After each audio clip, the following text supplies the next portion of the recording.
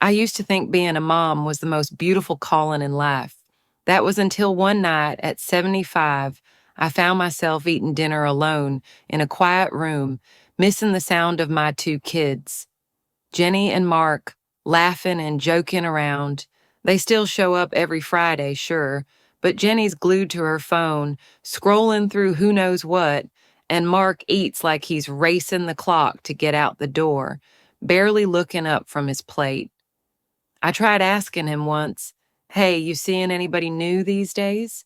He snapped back, "Mom, stop being so nosy." It hit me hard, like a punch to the chest, like someone had reached in and squeezed all the air out of me.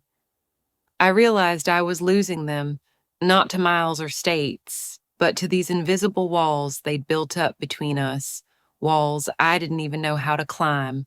My name's Eleanor, and I live in a little house on the outskirts of Ohio, where Saturday mornings mean lawnmowers buzzing outside and the faint smell of coffee drifting from someone's porch down the street. My kitchen's nothing fancy, just a cozy space with an old gas stove that creaks when I turn it on, a scratched up counter where I roll out dough, and a sturdy oak dining table my late husband, George, built by hand before he passed 10 years ago.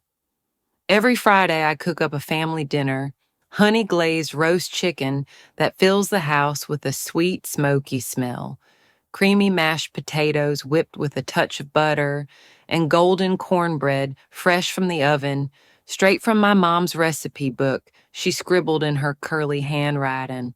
Back when Jenny and Mark were kids, Jenny at 9 with her pigtails swinging, Mark at 6 in his red Superman cape, they'd crowd around that table, fighting over the crispiest piece of chicken or giggling about something silly from school.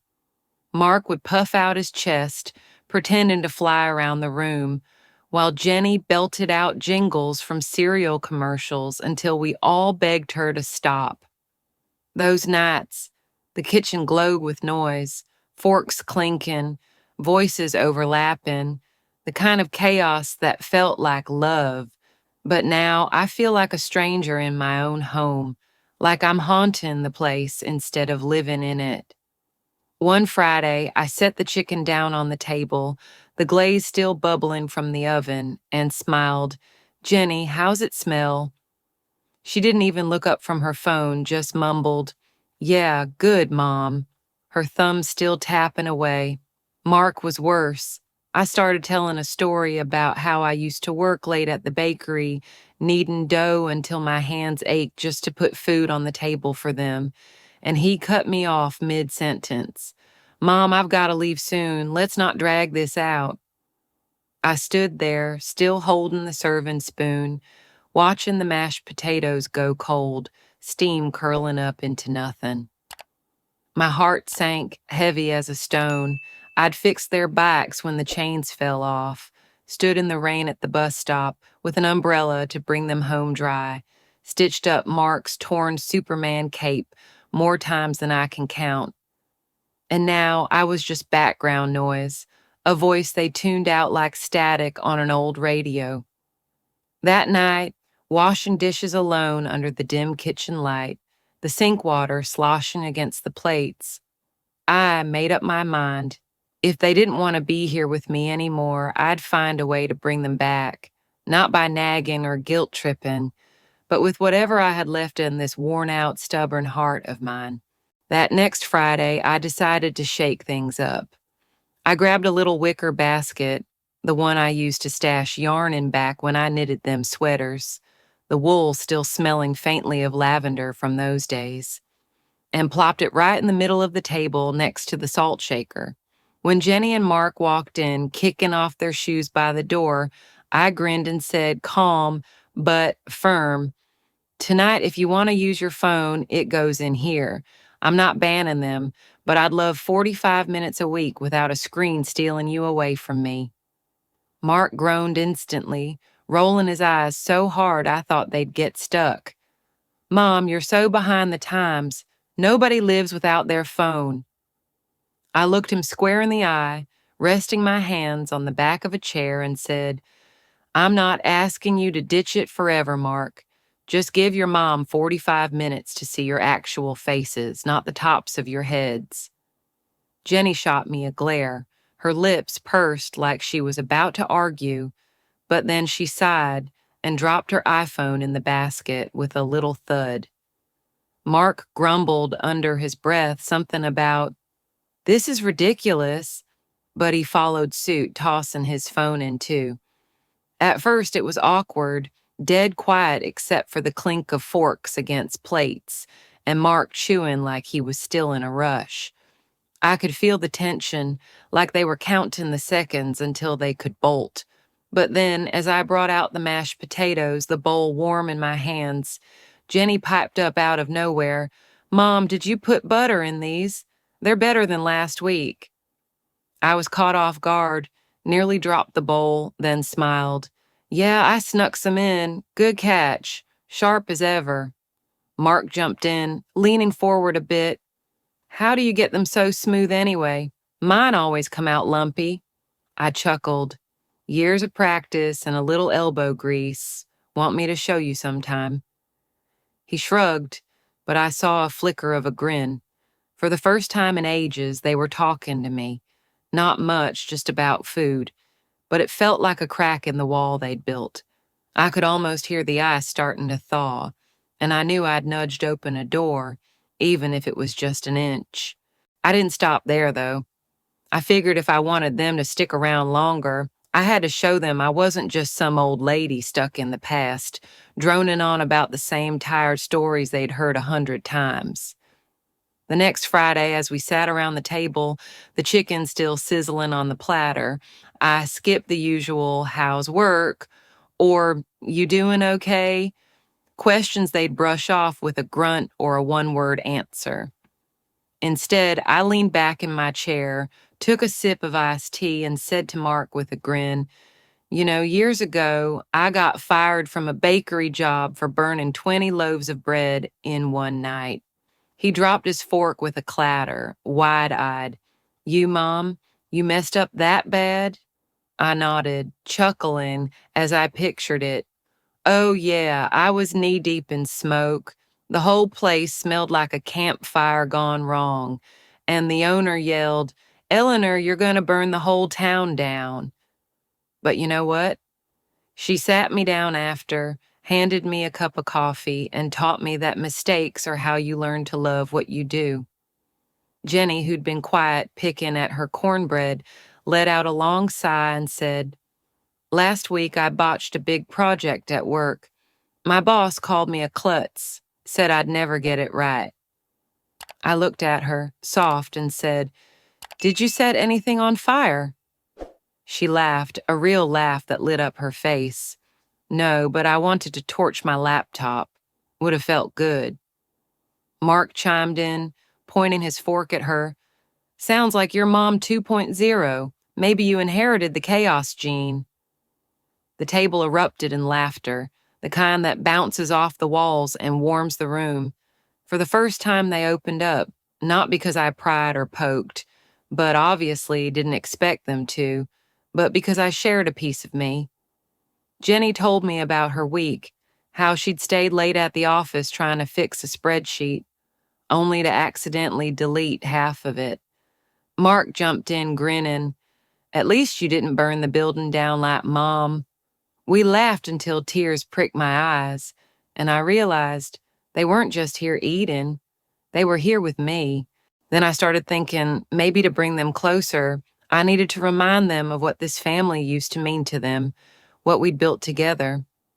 One rainy Friday, the kind where the drops tap against the window like a steady drum, I dug through the closet and pulled out an old tin box, the one where I keep family photos from when Jenny was 9, all pigtails and freckles, and Mark was 6, running around in a red Superman cape that trailed behind him like a flag. I set it on the table, the metal cool under my fingers, popped the lid with a little creak, and pulled out a shot of Mark wrestling Jenny over a lollipop, both of them red-faced and wild-haired. Jenny's face went pink. "Mom, this is so embarrassing. Why do you still have this?" Mark cracked up, leaning over to get a better look. Check out your face, sis, like an angry cat caught in the rain. I pointed to the corner of the picture where a puddle of milk stained the floor and said, that day, Mark spilled his milk all over the kitchen and bawled his eyes out. He thought I'd be mad forever. But Jenny hugged him tight and said, it's okay, I'll drink it all. They went quiet for a second, staring at the photo. Then Mark grabbed her hand across the table and said, now you spill coffee on your boss's computer. You're on your own. I'm not bailing you out this time. Jenny laughed, swatting his arm. You're the worst brother ever. I sat there, watching them tease each other, their voices overlapping like they used to when they'd argue over whose turn it was to pick the TV show.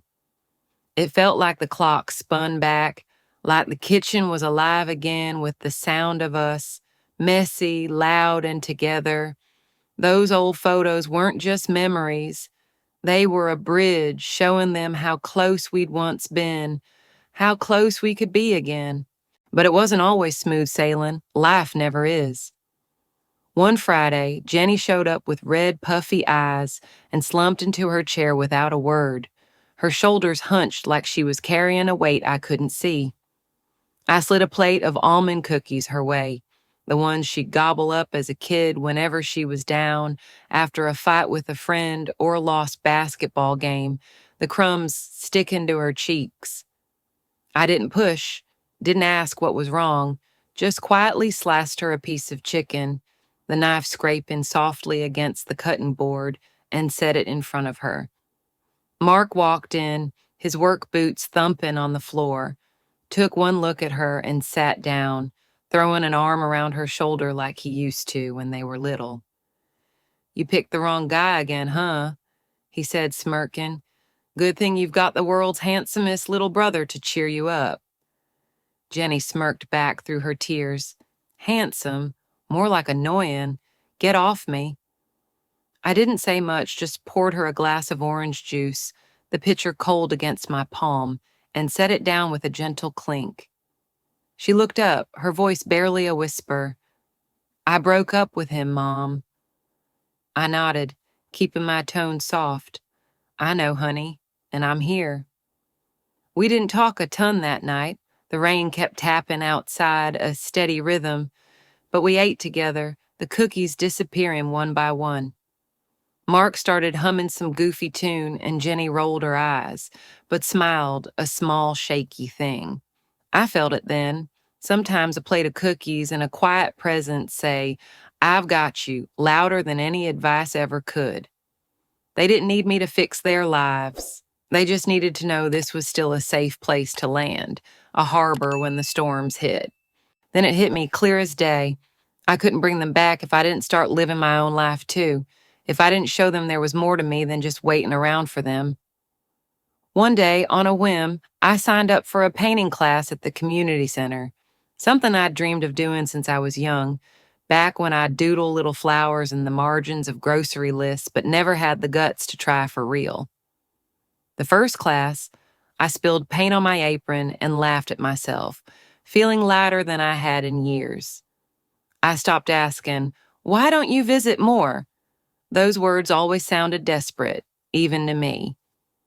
Instead, over dinner one night, as we passed the cornbread around, I said, today I painted a tree, but it looks more like a dog with a bad haircut. Maybe I should stick to cooking. Jenny's jaw dropped. You're painting now. Show me. I pulled out my phone, still fumbling with the thing. Half the time I accidentally called the weather hotline and showed her my lopsided masterpiece, the green smudges blurring into brown. Mark howled, nearly choking on his chicken.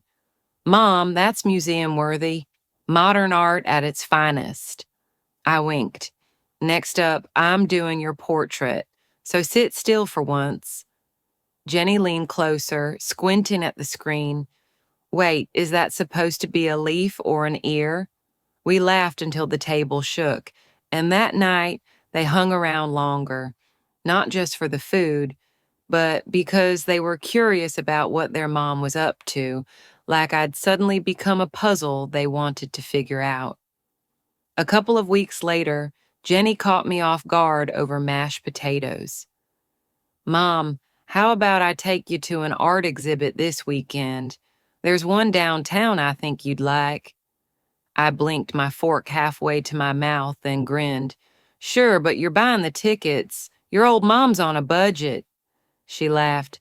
Cheapskate. Mark piped up. I'm coming too. I want to see if they've got anything worse than your dog tree. For the first time, they weren't just showing up, they were planning to stay. Nowadays, our Fridays aren't just dinners in the dining room anymore, all stiff and predictable. Some nights we grab a blanket and picnic in the backyard, chicken packed in paper boxes, mashed potatoes scooped with plastic spoons. All of us sprawled out on the grass, staring at the stars, the air cool and thick with the smell of cut lawn. Jenny points out constellations she learned from some app, and Mark argues they're just random dots until we're all laughing too hard to care. Other times we sit at the table with a stack of paper and pencils, cracking up as Mark sketches me as a witch with a giant nose, complete with a wart he swears is artistic license. I retaliate by drawing him as a lumpy potato with legs, and Jenny declares it a tie because we're both terrible. Mark still grumbles when I ramble too long about the bakery days. Jenny still sneaks peeks at her phone when she thinks I'm not looking. Old habits die hard, but they give me those 45 minutes every week, sometimes more, not out of duty, but because they want to be here. I used to think I'd lost them, that the kids who once raced around this kitchen were gone for good, replaced by these busy, distracted grown-ups I barely recognized. But I was wrong. Happiness isn't about keeping them glued to my side, about forcing them to sit still and listen. It's in the steps we take together, one meal, one story, one laugh at a time. I never thought I'd hear that laughter again, the kind that fills the room and spills out the windows. But here we are, louder than ever. What about you? Is your dinner table feeling a little too quiet lately? Maybe it's not as far gone as you think. Try something small, a story from your past that makes you laugh, a basket to corral the phones, or just a plate of their favorite cookies fresh from the oven. I'm betting you'll find your own laughter too, just like I did. And hey, if you've got a story like mine about a silent table turning into a noisy one, drop it in the comments below. I'd love to hear it, really. If you like this, hit that subscribe button so you don't miss my next story. I've got plenty more where this came from. And if you think this might help someone else bring their family back together, share this video with them. Let's keep the laughter going at our tables together.